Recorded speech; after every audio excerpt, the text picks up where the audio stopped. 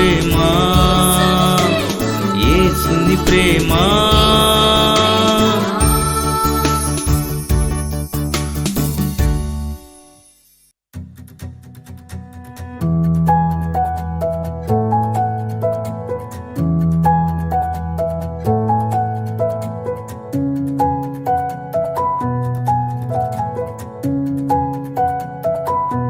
స్తుతి నైవేద్యం. Praise the lord. ప్రభు నందు ప్రేమైన వాళ్ళారా, అందరూ బాగున్నారు కదా? ప్రతిరోజు ఈ వాక్యాన్ని వింటున్నారు, చక్కగా ఈ కార్యక్రమంలో పొందుతున్నారు. తప్పకుండా దేవుడు మిమ్మల్ని దీవించి ఆత్మీయతలోను అన్ని విషయాలు వర్ధిల్ల చేయనుగాక. 119వ కీర్తన 73, 74 వచనాలు ధ్యానం చేద్దాం.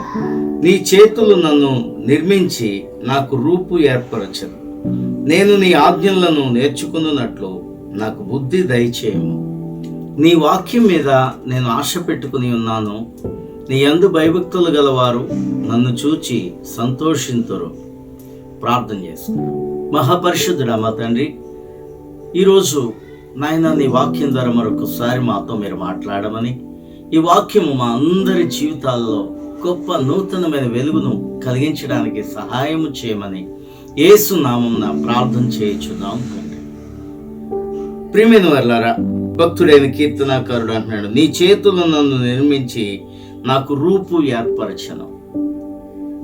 దేవుడు మనల్ని తన చేతులతో నిర్మించి రూపునిచ్చాడు. నిజమండి, మనిషిని దేవుడు చాలా శ్రద్ధతో చేశాడు. సమస్తమైన సృష్టిని కూడా నోటి మాట ద్వారా కలుగునుగా కంటే కలిగినవి. కానీ మనిషి మాత్రము నరుని చేసేటప్పుడు మాత్రం దేవుడు చాలా శ్రద్ధ చూపించి తను ఎలాగైతే ఉంటాడో అలాగ మనల్ని రూపొందించాడు ఏంటి. కాబట్టి అందుకనే నరుణ్ణి దేవుడు ఎంతగానో ప్రేమించాడు.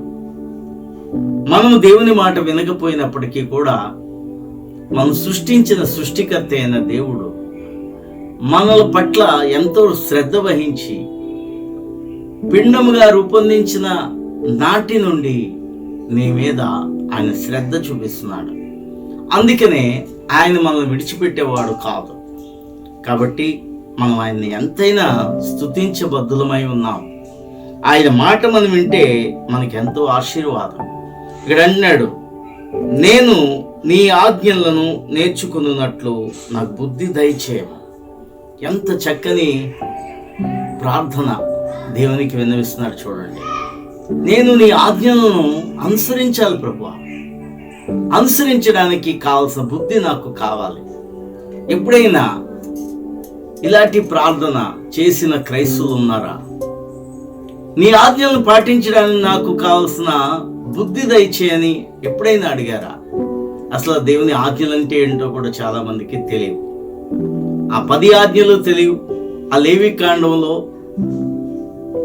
ఇశ్రాయేలీయులకు దేవుడు ఇచ్చిన ఆజ్ఞలు చాలా మందికి తెలియవు. ఆజ్ఞలు మనం చదివినప్పుడు వాటిని మనం శ్రద్ధ వహించి వాటిలో ఉంటే సారాంశాన్ని మనం గ్రహించినప్పుడు ఏంటి వాటిని పాటించి చూస్తున్నప్పుడు మన జీవితం ఎంతో ఆశీర్వాదకరంగా మలచబడుతుంది. దీవెనకరంగా మనం ఆత్మీయతలో ఎదుగుతాం. అన్ని విషయాలు కూడా వర్ధిల్లుతాం. కాబట్టి దేవుని ఆజ్ఞలను పాటించడానికి కావాల్సిన బుద్ధి కావాలి ప్రభువా అని దేవుణ్ణి అడగండి. దేవుడు మంచి బుద్ధిని ఇస్తాడు. దేవుని ఆజ్ఞలు ఏంటో మనకి తెలియజేస్తాడు. ఆజ్ఞలను పాటించే జ్ఞానమును కూడా దేవుడు మనకి అనుగ్రహిస్తాడు. హల్లెలూయా. ఇక్కడ అంటున్నాడు, నీ వాక్యం మీద నేను ఆశ పెట్టుకుని ఉన్నాను. నీ యందు భయభక్తులు గలవారు నన్ను చూచి సంతోషింతురు. చూసారా, నీ వాక్యం మీద నేను ఆశ పెట్టుకుని ఉన్నాను. ఈ రోజున మనిషికి చాలా ఆశలు ఉంటాయి, ఎన్నెన్నో ఆశలు. కానీ దేవుని వాక్యం మీద కాదు, దేవుని మీద కాదు, దేవుని రాజ్యం మీద కాదు.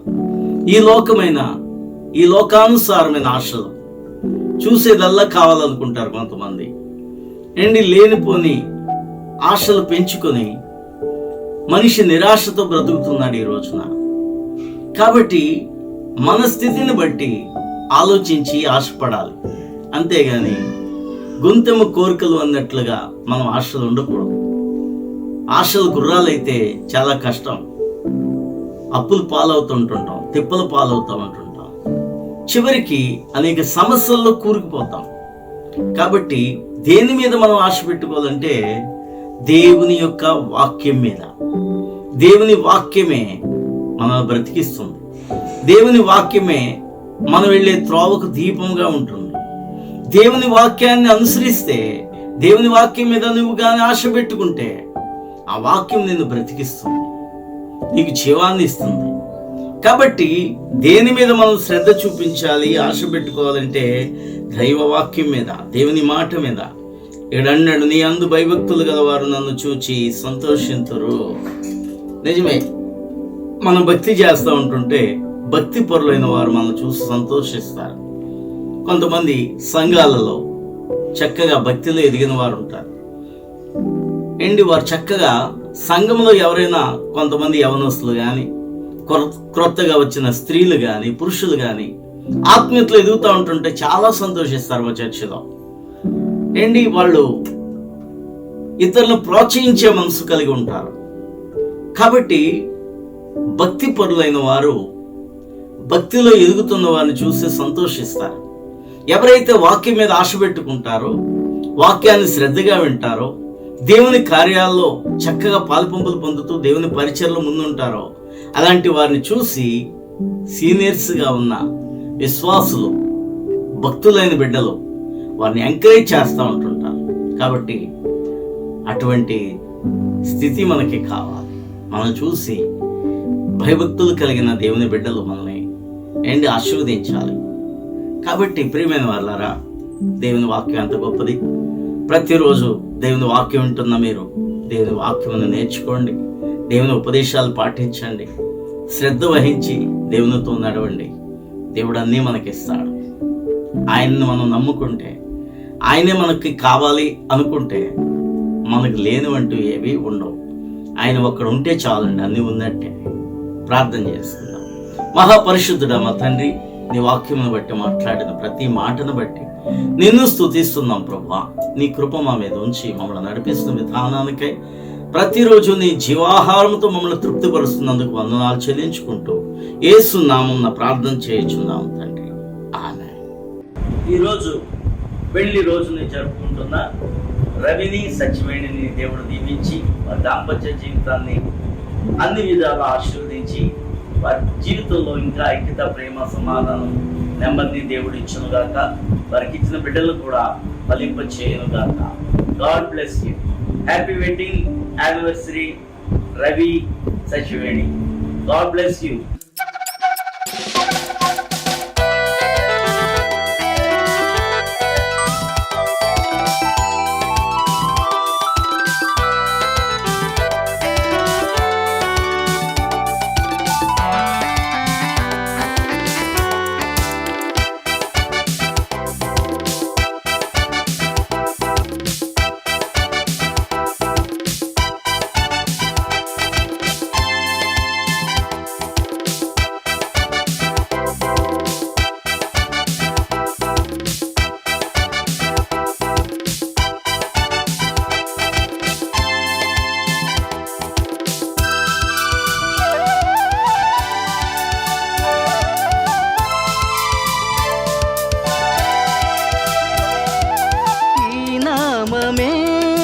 పైనున్న నామం, ఆది యందు వాక్యమైన నామం,